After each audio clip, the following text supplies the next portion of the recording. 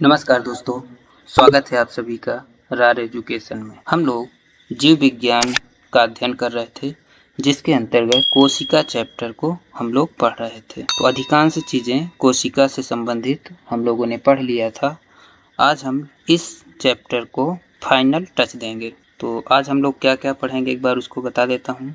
तो हम लोग आज देखेंगे आरएनए के बारे में कि आरएनए क्या होता है, जीन क्या होता है, प्रोकैरियोटिक और यूकैरियोटिक सेल, इनके अंतर के बारे में देखेंगे। तो चलिए शुरू करते हैं। आरएनए क्या होता है, सबसे पहले देखते हैं आरएनए का फुल फॉर्म क्या होता है।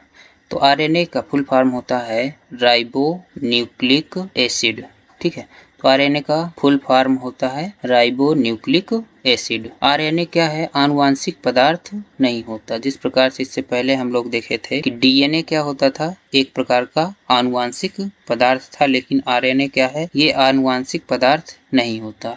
लेकिन क्या होता है इसमें, किसके कुछ वायरस में क्या होता है, कुछ वायरस में ये आनुवांशिक पदार्थ के रूप में पाया जाता है। ठीक है, तो अपवाद स्वरूप जो कुछ वायरस होते हैं उसमें आरएनए आनुवांशिक पदार्थ के रूप में पाया जाता है। वायरस एक है मुख्य रूप से, जो वो है टीएमबी। टीएमबी का मतलब टोबैको मोजैक वायरस। इसमें क्या होता है, ये कैसा वायरस होता है, ये एक प्रकार का आरएनए वायरस होता है। ठीक है, तो ये चीज ध्यान रखना है कि एक आनुवांशिक पदार्थ नहीं होता, लेकिन ये क्या होता है, कुछ वायरस में अपवाद स्वरूप क्या काम करता है, आनुवांशिक पदार्थ के रूप में कार्य करता है। आगे देखते हैं कि आरएनए की संरचना कैसी होती है। तो आरएनए की संरचना कैसी, डीएनए की जैसे ही होती है। ठीक है, तो इसकी संरचना भी जैसे अभी इससे पहले वाले वीडियो में हम लोग देखे थे कि डीएनए की संरचना कैसी है, तो उसी प्रकार से आरएनए की संरचना भी होती है। लेकिन इसमें अंतर क्या होता है, होता यह है कि इसमें जो थायमीन होता है, किसमें, डीएनए में, थायमीन की जगह में आरएनए में क्या पाया जाता है, यूरेसिल। ठीक है, तो थायमीन किस में पाया जाता है, डीएनए में पाया जाता है, लेकिन ये जो यूरेसिल है ये किस में पाया जाता है, ये आरएनए में पाया जाता है। तो ये दोनों के बीच में प्रमुख अंतर भी करता है आरएनए और डीएनए के बीच में। तो संरचना सेम डीएनए जैसी ही होती है, लेकिन जहाँ डीएनए में थायमीन पाया जाता है वहीं आरएनए में यूरेसिल नामक बेस पाया जाता है। ठीक है, अगला है किस कहाँ ये पाया जाता है आरएनए। तो आरएनए केंद्रक में पाया जाता है और साइटोप्लाज्म में पाया जाता है, लेकिन मुख्य रूप से कहाँ पाया जाता है, तो साइटोप्लाज्म में। ठीक है, तो अगर ऑप्शन में ये दोनों दिए हों और अलग अलग, तो क्या मारेंगे, साइटोप्लाज्म।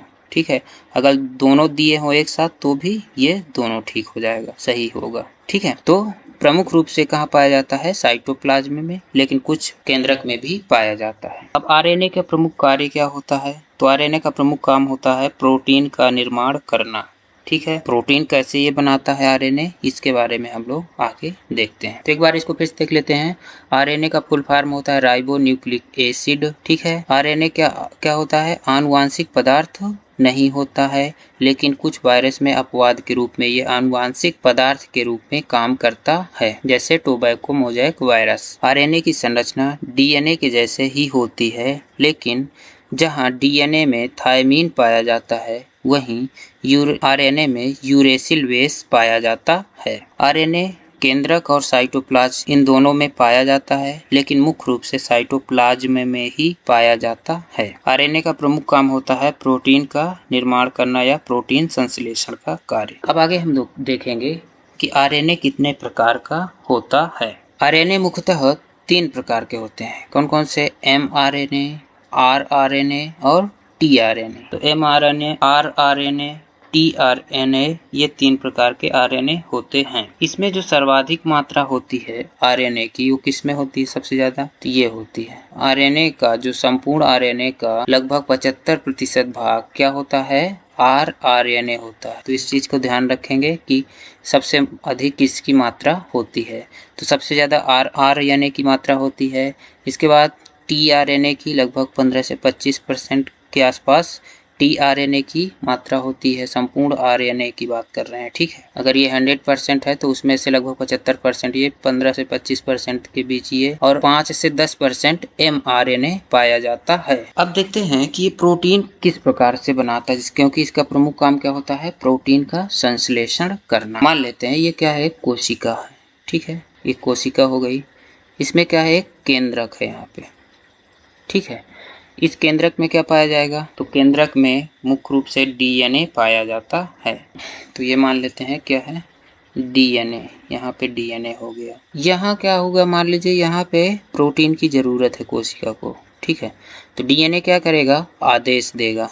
किसको आदेश देगा, तो इसके आदेश को सुनेगा कौन, तो ये जो मैसेंजर, एम का मतलब होता है मैसेंजर, आर का मतलब होता है राइबोसोमल और टी का मतलब होता है ट्रांसफरेबल। तो इनका मैसेंजर का मतलब होता है ये मैसेज को सुनेगा। किसके मैसेज, एमआरएनए डीएनए के मैसेज को सुनेगा। क्या सुनेगा कि यहाँ पे प्रोटीन की आवश्यकता है, तो ये एमआरएनए यहाँ पे आएगा। एमआरएनए आकर के क्या करेगा, यहाँ पे निर्देश देगा कि यहाँ पे प्रोटीन की आवश्यकता है। इसके मैसेज के बाद क्या कौन काम करेगा, तो आरएनए काम करेगा, राइबोसोमल आरएनए। राइबोसोमल क्या करेगा, राइबोसोम का मुख्य काम क्या होता है, राइबोसोम का मुख्य काम होता है प्रोटीन का संश्लेषण, यानी कि फैक्ट्री, इसे प्रोटीन की फैक्ट्री भी कहते हैं, है ना, राइबोसोम को। इससे पहले वाले राइबोसोम जब हम लोग पढ़ रहे थे तो उसमें देखा था। तो ये जो प्रोटीन की फैक्ट्री है, यहाँ क्या करेगा, प्रोटीन निर्माण की दशा का ये निर्माण कर देगा, यानी कि प्रोटीन निर्माण के लिए कुछ जगह चाहिए या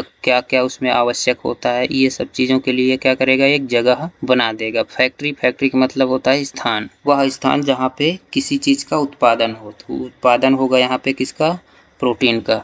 अब काम कौन करेगा, अब काम बचा टीआरएनए का। ये क्या करेगा, कच्चा पदार्थ लाएगा, है ना। फैक्ट्री मान लीजिए यहाँ पे बन जाए और इसके बाद इसके लिए क्या चाहिए, कच्चा पदार्थ चाहिए, ठीक है, कच्चा पदार्थ चाहिए। तो कच्चा पदार्थ कहाँ से आएगा, तो ये टीआरएनए जो ट्रांसफरेबल होता है, ये क्या करेगा, यहाँ से आरएनए के, ये क्या करेगा, टीआरएनए कच्चा पदार्थ के रूप में क्या लेके पहुंचेगा, तो ये अमीनो अम्ल लेके जाएगा यहाँ से, ठीक है, अमीनो अम्ल, ठीक है, अमीनो अम्ल लेकर के यहाँ से जाएगा और क्या करेगा, मतलब कोशिका के अंदर से अमीनो अम्ल लेके जाएगा टीआरएनए, और यहाँ पे जहाँ पे ये जरूरत है प्रोटीन की, ये क्या करेगा, यहाँ पे छोड़ देगा। तो फिर यहाँ पे क्या हो जाएगा, ये सब चीजें दशाएं निर्मित हो गई, कच्चा पदार्थ भी मिल गया। अब यहाँ पे प्रोटीन का निर्माण हो जाएगा। इस प्रकार से आरएनए को क्या कहते हैं, प्रोटीन संश्लेषण का काम करता है, यानी कि प्रोटीन निर्माण में ये भाग लेता है। ठीक है, इतना समझ में आया। आरएनए 3 प्रकार का होता है, एमआरएनए, आरआरएनए, टीआरएनए। एमआरएनए का मतलब होता है मैसेंजर, आर का मतलब होता है राइबोसोमल, टी का मतलब होता है ट्रांसफरेबल। ठीक है, आरएनए की मात्रा संपूर्ण आरएनए में लगभग 75% होती है। टीआरएनए की मात्रा संपूर्ण आरएनए में लगभग 15 से 25% होती है और एमआरएनए की मात्रा 5 से 10% होती है। ये चीजें हो गई के बारे में, आरएनए के बारे में। ठीक है, प्रोटीन निर्माण कैसे करता है इसके बारे में भी हमने यहाँ पे देख लिया था। अब हम लोग देखेंगे डीएनए और आरएनए में क्या होता है अंतर, क्या होता है इनमें फर्क, क्या होता है दोनों में। तो डीएनए क्या होता है, इसमें सबसे पहली बात ये होती है, इसमें डीऑक्सी राइबोज शर्करा पाई जाती है। ठीक है, क्या पाई जाती है, डीऑक्सी राइबोज शर्करा। ठीक है, इसमें डीएनए में। लेकिन इसमें कौन सी, आरएनए में कौन सी शर्करा पाई जाती है, तो आरएनए में राइबोज शर्करा बस पाई जाती है, राइबोज। ठीक है, शर्करा पहला अंतर हो गया। इसमें डीऑक्सी राइबोज शर्करा पाई जाती है, आरएनए में राइबोज शर्करा पाई जाती है। दूसरा अंतर ये होता है, अभी देखे थे हम लोग कि इसमें क्या होता है, इसमें थायमीन पाया जाता है ना। इसकी संरचना में क्या पाया जाता है, थायमीन। और आरएनए के संरचना में क्या पाया जाता है, थायमीन की जगह में यूरेसिल। ठीक है, दूसरा अंतर हो गया कि डीएनए की संरचना में थायमीन, यानी कि इसमें 4 चीजें प्रमुख रूप से पाई जाती है। कौन कौन सी, एडिनिन, ग्वानिन, थायमीन, साइटोसिन, है ना, ये संरचना होती है। लेकिन इसमें आरएनए की जो संरचना होती है उसमें एडिनिन, ग्वानिन, थायमीन की जगह क्या पाया जाएगा, यूरेसिल और साइटोसिन। ठीक है, ये हो गया दूसरा अंतर। तीसरा बात क्या होती है कि ये आनुवांशिक पदार्थ होता है डीएनए, है ना। देखिए अभी पीछे इससे आनुवांशिक पदार्थ, लेकिन आरएनए क्या होता है, आनुवांशिक पदार्थ ये नहीं होता है। कुछ वायरस में अपवाद स्वरूप आरएनए क्या होता है, आनुवांशिक पदार्थ के रूप में पाया जाता है, लेकिन मुख्य रूप से ये आनुवांशिक पदार्थ नहीं होता है। ये हो गया डीएनए और आरएनए के बीच में अंतर।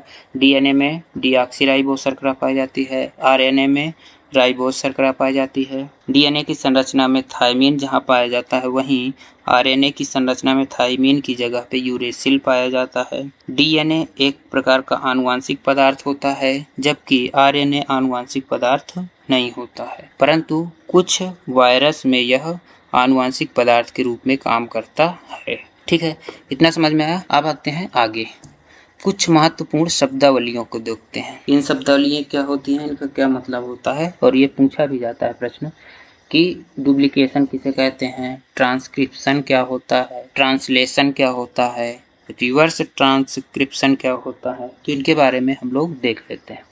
डुप्लीकेशन जैसे नाम से ही इसके स्पष्ट हो रहा है, डुप्लीकेट बनाना है ना, उसी की कॉपी बनाना। तो जैसे डीएनए से डीएनए का निर्माण होता है तो उसे क्या बोलते हैं, डुप्लीकेशन। ठीक है, डीएनए से डीएनए का निर्माण होना क्या कहलाता है, डुप्लीकेशन कहलाता है। इसके बाद है ट्रांसक्रिप्शन। ट्रांसक्रिप्शन का मतलब होता है जब डीएनए से क्या होता है, आरएनए का निर्माण। ठीक है, जब डीएनए से आरएनए का निर्माण होता है तो क्या कहलाता है, ट्रांसक्रिप्शन। ट्रांसलेशन क्या होता है, जब एमआरएनए यानी कि मैसेंजर आरएनए से जब प्रोटीन का निर्माण हो तो उसे क्या बोलते हैं, ट्रांसलेशन बोलते हैं। इसके बाद अगली शब्दावली है रिवर्स ट्रांसक्रिप्शन।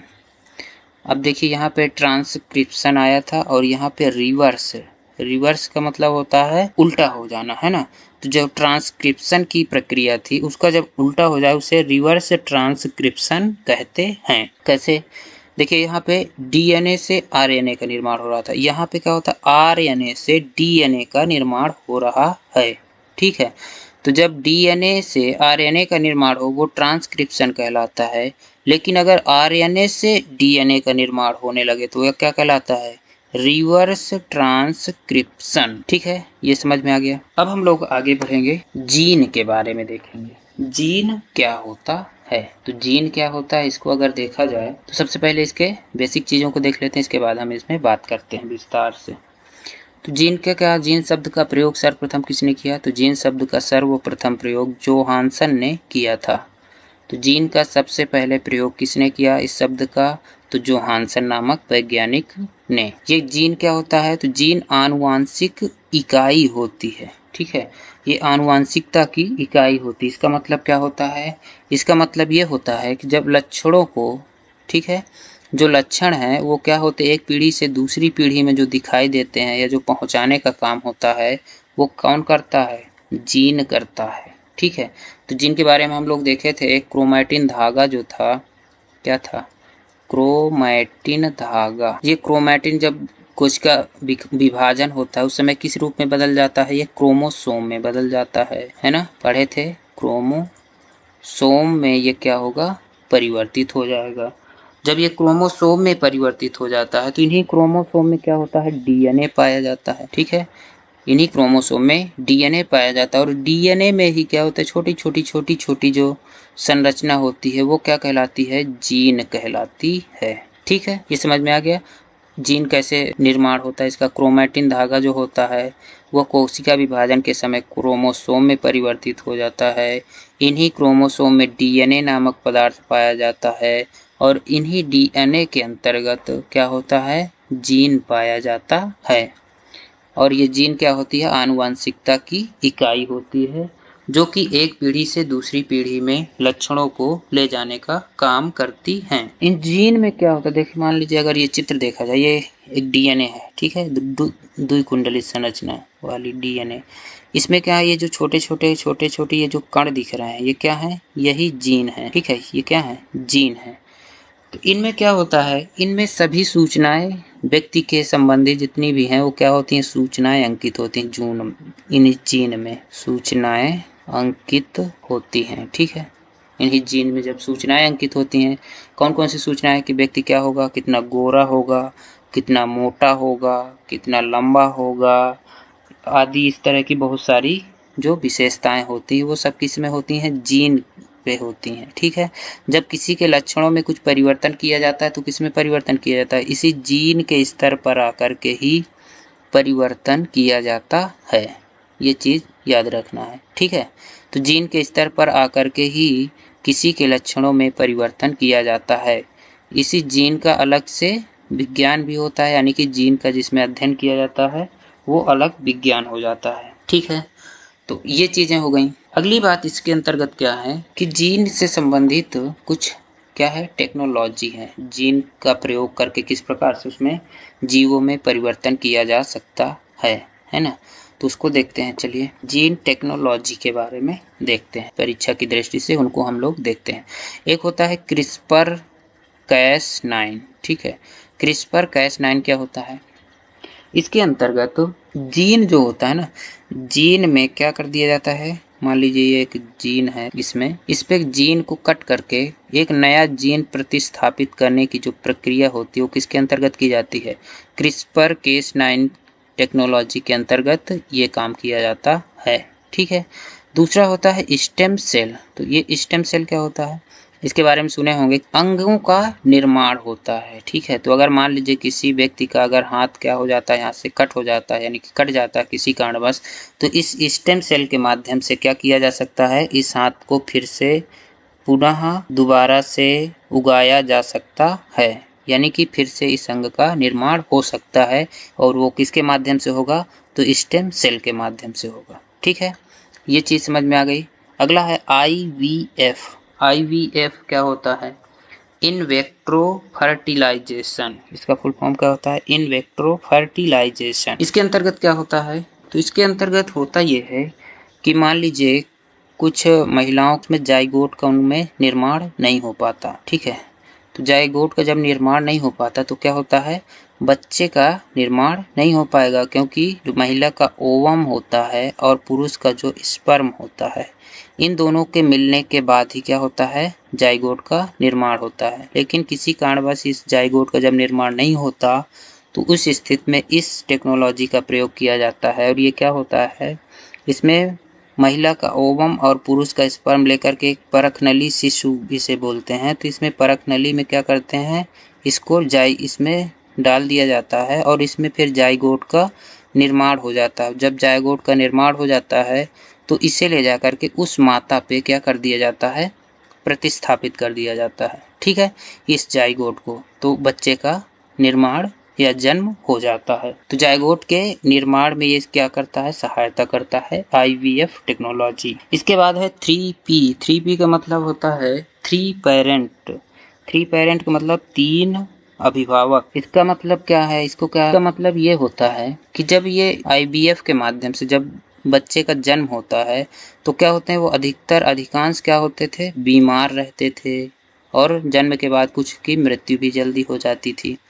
तो इसका जब अध्ययन किया गया तो पाया गया कि क्या था इसमें, ये जो मान लीजिए ये क्या है, ये एक सेल है जो ओवम का, इसमें कुछ क्या थी, इसकी माइटोकॉन्ड्रिया में क्या है, कुछ समस्या है, यानी कि ये खराब है या रोगग्रस्त है।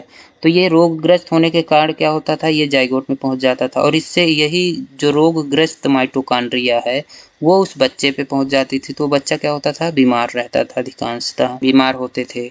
लेकिन इसके माध्यम से क्या किया गया, इस वाले 3P के माध्यम से, कि अगर ये मान लीजिए इसमें क्या है, इसके माइटोकॉन्ड्रिया में कुछ समस्या है या रोगग्रस्त है, तो दूसरी माँ को लाया जाता था। ठीक है, उसके ओवम से माइटोकॉन्ड्रिया को निकाल करके इस जो रोगग्रस्त माइटोकॉन्ड्रिया है इसको हटा दिया जाता था और इस वाली माइटोकॉन्ड्रिया को इसमें प्रतिस्थापित कर दिया जाता है। ठीक है, तो जब इसमें ये स्वस्थ माइटोकॉन्ड्रिया आ जाती है तो इससे जब जाइगोट का निर्माण होगा तो ये स्वस्थ जाइगोट होगा। जब स्वस्थ जाइगोट होगा तो इसके बाद जो बच्चे का जन्म होगा वो क्या होगा, स्वस्थ होगा। ठीक है, तो ये हो गया 3 पेरेंट। अगली टेक्नोलॉजी है GM। GM का मतलब जेनेटिकली मोडिफाइड। ठीक है, तो जेनेटिकली जो मॉडिफाई किया जाता है वो क्या होता है, GM टेक्नोलॉजी होती है। इसके अंतर्गत क्या होता है कि मान लीजिए जो अभी जीन देखे हम लोग ना, तो जीन के स्तर पर ही सब कुछ किया जाता है। तो जैसे मान लीजिए एक पौधा है, कुछ ये मान लीजिए पौधे को ले लेते हैं, तो इसमें क्या है, इसके अगर जीन में परिवर्तन कर दिया जाए क्या होगा, इसके जो लक्षण होंगे वो परिवर्तित हो जाएंगे, बदल जाएंगे। ठीक है, तो इसमें क्या किया जाता है कि जो पौधे होते हैं या जो भी चीज़ें होती हैं जो जब उसके जीन में परिवर्तन करके अपनी इच्छा अनुसार, ठीक है, इच्छा अनुसार जब हम इसमें क्या करते हैं, अपनी इच्छा अनुसार जब हम उत्पाद को प्राप्त कर लेते हैं तो वो किसके अंतर्गत होता है, जीएम टेक्नोलॉजी के अंतर्गत। जीएम टेक्नोलॉजी क्या होता है? जेनेटिकली मॉडिफाइड, ठीक है, यानी कि जिसके जीन में परिवर्तन करके अपनी इच्छा अनुसार फल प्राप्त किया जाए, उसे कहते हैं जीएम टेक्नोलॉजी। ठीक है, जैसे मान लीजिए पौधा होता है, जैसे गोल्डन राइस के नाम आपने सुना होगा, तो इसमें क्या किया गया है, इसमें जो चावल का पौधा होता है यानी कि धान का जो पौधा होता है, उसमें क्या किया गया, ये जो धान होता है, धान में मगर चावल निकलता है धान से, है ना। जो चावल होता है उसको अगर धो दिया जाता है तो उसमें क्या होता है, विटामिन ए धुलने से क्या हो जाता है, नष्ट हो जाता था अधिकांशतः। या फिर मान लीजिए जब धान से चावल को निकाला जाता था तो उसके जो पॉलिश होती थी वो ऊपर की निकल जाती थी, ठीक है, इससे भी विटामिन ए का विनाश हो जाता था यानी कि नष्ट हो जाता था। तो इससे क्या होता है, जब व्यक्ति उसको खाता था तो उस चावल से क्या विटामिन ए की प्राप्ति नहीं हो पाती थी और व्यक्ति में क्या होता है, विटामिन ए की कमी हो जाती है। ऐसी स्थिति में वैज्ञानिकों ने क्या किया, इस धान के जो जीन है उस जीन में क्या कर दिया, विटामिन ए से युक्त एक जीन को प्रवेश करवा दिया। ठीक है, जब इसमें प्रवेश कराया गया विटामिन ए से युक्त जीन को, तो इस धान में पर्याप्त मात्रा में क्या होगा, विटामिन ए पाया जाएगा। ठीक है, और यही प्रक्रिया है, यानी कि इच्छा अनुसार जब विटामिन ए से युक्त चावल प्राप्त कर लिया गया, वो किसके अंतर्गत किया गया, जीएम टेक्नोलॉजी के अंतर्गत। तो जो गोल्डन राइस है इसमें पर्याप्त मात्रा में कौन सा विटामिन पाया जाता है, तो विटामिन ए पाया जाता है। ठीक है, तो इसमें प्रश्न ऐसा ही पूछता है कि गोल्डन राइस में कौन सा विटामिन सर्वाधिक मात्रा में पाया जाता है, तो गोल्डन राइस में सर्वाधिक मात्रा में विटामिन ए पाया जाता है। इसी तरह से एक बीटी बैगन है, बीटी बैगन का नाम भी सुने होंगे सब लोग। इसमें क्या होता है, ये जो बैगन होते थे पहले, उसमें क्या हो जाता था, उस पर बहुत कीड़े लग जाते थे। ठीक है, कीड़े लगने के कारण क्या, बैगन खराब हो जाता था। ठीक है, फसल नष्ट हो जाती थी। तो इसके विषय में जब देखा गया तो इसमें क्या किया गया, बैगन के पौधे पे जो कीड़ा था उस कीड़े से प्रभावित ना हो ऐसा एक जीन इस पौधे पे, बैगन के, उसमें प्रवेश करा दिया गया पौधे पे। ठीक है, तो जब ये जीन पहुंचा इसके अंदर पौधे के, तो इसको खाने वाले जो कीड़े थे वो क्या हो जाने लगे, धीरे धीरे नष्ट होने लगे, यानी कि उनकी जो कोशिका झिल्ली होती थी वो क्या हो जाती थी, नष्ट हो जाती थी और वो जीव मर जाता था, जिससे क्या हो जाता था, बैगन का बचाव हो जाता था। और ये जीव कौन सा होता था, तो इस जीव का नाम है सिल्क वार्म। तो इस जीव का क्या नाम होता था जो बैगन को नष्ट करता था, सिल्क वार्म नामक जीव बैगन को नष्ट करता था। और उसी को, सिल्क वार्म को नष्ट करने वाला जो जीन इस बैगन में प्रवेश कराया गया, तो जब जीन ये वाला प्रवेश किया अंदर इस पौधे के, तो ये सिल्क वार्म जब इसको खाता था तो वो क्या हो जाता था, खुद ही मर जाता था। ठीक है, और इससे क्या हुआ, बैगन की बचाव हो गया। ठीक है, तो ये चीज़ समझ में आ गई होगी। देख लेते हैं एक बार जीन टेक्नोलॉजी। जीन टेक्नोलॉजी के अंतर्गत एक है क्रिस्पर Cas9 टेक्नोलॉजी। इसके अंतर्गत क्या होता है कि एक जो जीन होता है उस जीन को हटा करके उसके स्थान पर दूसरा जीन प्रवेश कराने की जो टेक्नोलॉजी है वो क्रिस्पर Cas9 के कहलाती है। स्टेम सेल क्या होता है, इसमें अंग निर्माण होते हैं। ठीक है, किसी का अंग अगर खराब हो जाता है या कट जाता है किसी कारणवश, तो उसे दोबारा से उस अंग का जब निर्माण हो, वो किसके अंतर्गत किया जाता है, स्टेम सेल के टेक्नोलॉजी के अंतर्गत किया जाता है। अगला है IVF। तो IVF के बारे में हम लोग देख लिए। इसके बाद 3P भी इसी से जुड़ा हुआ है, IVF से। GM टेक्नोलॉजी के अंतर्गत गोल्डन राइस, बीटे बैगन, इनका परिवर्तन किया गया, यानी कि इच्छा अनुसार इसमें जीन प्रवेश करा करके इनसे फल प्राप्त किया जाता है। तो ये हो गया जीन टेक्नोलॉजी के बारे में। अब हम लोग देखेंगे प्रोकैरियोटिक और यूकैरियोटिक कोशिकाओं के बारे में, इनमें क्या अंतर होता है। तो सबसे पहले तो हम लोग ये देखेंगे कि इनके मतलब क्या होते हैं शब्दों के। प्रो है इसमें और दूसरा है कैरियोटिक। ठीक है, प्रो का मतलब होता है प्राचीन या आरंभिक या प्राचीन। कैरियोटिक जो है ये कैरियोन से मिलकर बना है। किससे मिलकर बना है, कैरियोन। कैरियोन का मतलब होता है केंद्रक। जो प्राचीन केंद्रक यानी कि जिनमें केंद्रक नहीं पाया जाता, यानी कि प्राचीन है वो नष्ट है, यानी कि इसमें है ही नहीं, या है भी तो बहुत ही अल्प विकसित अवस्था में पाया जाता है। ठीक है, प्रोकैरियोटिक में, अब ये प्रोकैरियोटिक और यूकैरियोटिक जो विभाजन किया गया है कोशिकाओं का, वो केंद्रक के आधार पर ही किया गया है। ठीक है। तो जिसमें कोशिका केंद्रक अविकसित होता है वो क्या कहलाता है, प्रोकैरियोटिक कोशिका। इसके बाद देखते हैं यूकैरियोटिक। यू का मतलब होता है सत्य, सत्य का मतलब होता है विकसित, और कैरियोटिक यानी कैरियोन का मतलब हो गया केंद्रक। तो जिसमें जिन कोशिकाओं में केंद्रक विकसित अवस्था में पाया जाता है उन्हें क्या कहते हैं, उन्हें यूकैरियोटिक कहते हैं। जिनमें केंद्रक अविकसित अवस्था में या प्राचीन अवस्था में पाया जाता है, अल्प विकसित अवस्था में पाया जाता है, वो क्या कहलाता है, प्रोकैरियोटिक। ठीक है। तो अब देखते हैं इसमें केंद्रक अविकसित होता है या फिर होता ही नहीं है प्रोकैरियोटिक में। ठीक है। इसमें केंद्रक पाया जाता है विकसित अवस्था में। दूसरी चीज है केंद्रक कला और केंद्रिका। इन सब का क्या होता है, इसमें अभाव होता है। तो केंद्रक कला और केंद्रिका ये सब क्या होते हैं, इसके बारे में हम लोगों ने विस्तार से देखा है इससे पहले। तो प्रोकैरियोटिक में केंद्रक कला नहीं पाया जाता है और ना ही केंद्रिका पाई जाती है। यूकैरियोटिक में क्या होता है, केंद्रक कला और केंद्रिका दोनों पाई जाते हैं। अगला है जो प्रमुख है, इसमें याद रखना है कि प्रोकैरियोटिक कोशिकाओं में हिस्टोन प्रोटीन नहीं होता है। ठीक है।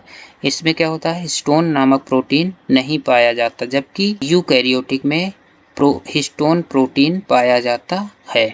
ठीक है। अगला होता है इसमें कोशिका अंगक नहीं होते। कोशिका अंगक के बारे में हम लोगों ने देखा था इससे पहले कि कौन कौन माइटोकॉन्ड्रिया, तारक, राइबोसोम, ये केंद्रक, ये सब क्या है, कोशिका के अंगक हैं या अंग हैं। तो इसमें ये सब नहीं पाए जाते प्रोकैरियोटिक कोशिका में। ठीक है। जबकि यूकैरियोटिक कोशिकाओं में सभी केंद्रक, ये कोशिकांग या कोशिका अंगक पाए जाते हैं। प्रोकैरियोटिक कोशिकाओं में जो श्वसन स्थल होता है उसे क्या बोलते हैं, मीसोसोम। ये पूछा गया क्वेश्चन, इसको याद रखिएगा। प्रोकैरियोटिक कोशिकाओं में जो श्वसन अंग होता है वो क्या कहलाता है, मीसोसोम। यूकैरियोटिक कोशिकाओं में जहाँ श्वसन होता है उस अंग को क्या कहते हैं, माइटोकॉन्ड्रिया। तो यूकैरियोटिक में जो श्वसन होता है वो कहाँ होता है, माइटोकॉन्ड्रिया में होता है। प्रोकैरियोटिक में जो श्वसन होता है वो कहाँ होता है, मीसोसोम में। तो ये चीजें समझ में आई होंगी कि प्रोकैरियोटिक कोशिका क्या होती है और यूकैरियोटिक कोशिका क्या होती है। ठीक है। एक बार इसको थोड़ा सा फिर से देख लेते हैं व्यवस्थित रूप से। प्रोकैरियोटिक कोशिकाएं ऐसी कोशिकाएं होती है जिसमें केंद्रक या तो अविकसित होता है या नहीं पाया जाता है। यूकैरियोटिक कोशिका में केंद्रक विकसित अवस्था में पाया जाता है। ठीक है। दूसरा अंतर होता है केंद्रक कला और केंद्रिका प्रोकैरियोटिक कोशिकाओं में नहीं पाया जाता है, जबकि यूकैरियोटिक कोशिकाओं में ये दोनों पाए जाते हैं। प्रोकैरियोटिक कोशिका में हिस्टोन नामक प्रोटीन नहीं पाया जाता है, जबकि यूकैरियोटिक कोशिकाओं में हिस्टोन प्रोटीन पाया जाता है। अगला है कोशिका अंगक नहीं होते। तो प्रोकैरियोटिक कोशिका में कोशिका अंगक नहीं पाए जाते, जबकि यूकैरियोटिक कोशिका में कोशिका अंगक पाए जाते हैं। अगला है कि प्रोकैरियोटिक कोशिका में जो श्वसन होता है वो कहाँ होता है, मीसोसोम में होता है, जबकि यूकैरियोटिक कोशिका में श्वसन माइटोकॉन्ड्रिया में होता है। तो उम्मीद करता हूँ कि आप लोगों को ये चीजें समझ में आ गई होंगी। अब हम लोग आगे बढ़ते हैं। रिक्तिका क्या होती है, तो इसमें कुछ नहीं होता है। ये जो होता है पादप कोशिकाओं में प्रमुख रूप से पाई जाती है। रिक्तिका का मतलब होता है रिक्त स्थान, यानी कि खाली स्थान, ये रिक्तिका कहलाती है। तो इसमें सिर्फ एक ही चीज याद रखना है जो कि ये पूछा भी गया है और यही महत्वपूर्ण है। इसमें रिक्तिका कहाँ पाया जाता है यही पूछा जाएगा, और ये मुख्य रूप से कहाँ पे पाया जाता है, तो ये प्रायः पादप कोशिकाओं में पाया जाता है, जंतु कोशिकाओं में नहीं पाया जाता है। बस इतना याद रखना कि पादप कोशिकाओं में मुख्य रूप से रिक्तिका पाई जाती है। तो आज से कोशिका चैप्टर खत्म होता है। अगली वीडियो में या अगले दिन से हम लोग दूसरे चैप्टर पे प्रवेश करेंगे। दूसरा चैप्टर हम लोगों का क्या होगा उसके बारे में मैं बता देता हूँ। तो दूसरा चैप्टर हम लोग पढ़ेंगे पाचन तंत्र। ठीक है। डाइजेस्टिव सिस्टम के बारे में पढ़ेंगे कि पाचन तंत्र क्या होता है। तो कोशिका के बारे में इससे पहले 5 वीडियोज जो अपलोड किए गए हैं, ये 6ठी वीडियो है और इस पूरे 6 पार्ट में इस कोशिका के पूरे चैप्टर को हम लोगों ने अध्ययन किया है। तो अगर आप लोगों ने इनको नहीं देखा है तो इसको जा कर के देख सकते हैं, तो आप लोगों को अच्छे से समझ में आएगा। इसके बाद आप लोग देखिएगा, पेपर को हल करिएगा कि इसमें से आप लोगों के काम की चीज़ें हैं या नहीं हैं। ठीक है। तो इस किसी भी शिक्षक का मूल्यांकन करने का आधार जो होता है वो ये होता है कि आपके सिलेबस के अनुरूप है या नहीं ये जो पढ़ाया जा रहा है। दूसरी चीज़, ये हमारे पेपर में आ रही हैं ये चीज़ें कि नहीं आ रही, जो चीज़ बताई जा रही हैं।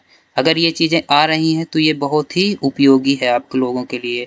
अगर नहीं है, नहीं प्रश्न आपके मिल रहे हैं तो फिर ये पढ़ने का कोई औचित्य नहीं है। इसमें सब चीज़ों को प्रवेश कराया गया है, पूरा ध्यान रखा गया है कि सभी प्रश्न जितने पूछे गए हैं अभी तक लगभग इससे आपको मिल जाएंगे, और जो आगे पूछे जाएंगे वो भी इसी पूरे के पूरे वीडियोज को अगर आप अच्छे से देख लेते हैं, नोट्स बना लेते हैं, तो आप लोग यकीन मानिए कि प्रश्न आपके नहीं छूटेंगे। ठीक है, देखिए प्रश्नों को हल करिए। तो अगर वीडियो पसंद आए लाइक करिएगा और चैनल को सब्सक्राइब करिएगा। दोस्तों के बीच में इसको शेयर भी करिएगा जिससे कि सभी को इसका लाभ मिल सके। तो आज की वीडियो को हम यहीं पे रोकेंगे। अगली क्लास में हम लोग शुरुआत करेंगे एक नए चैप्टर का जिसका नाम होगा पाचन तंत्र। तब तक के लिए नमस्कार, मिलते हैं अगली वीडियो पे।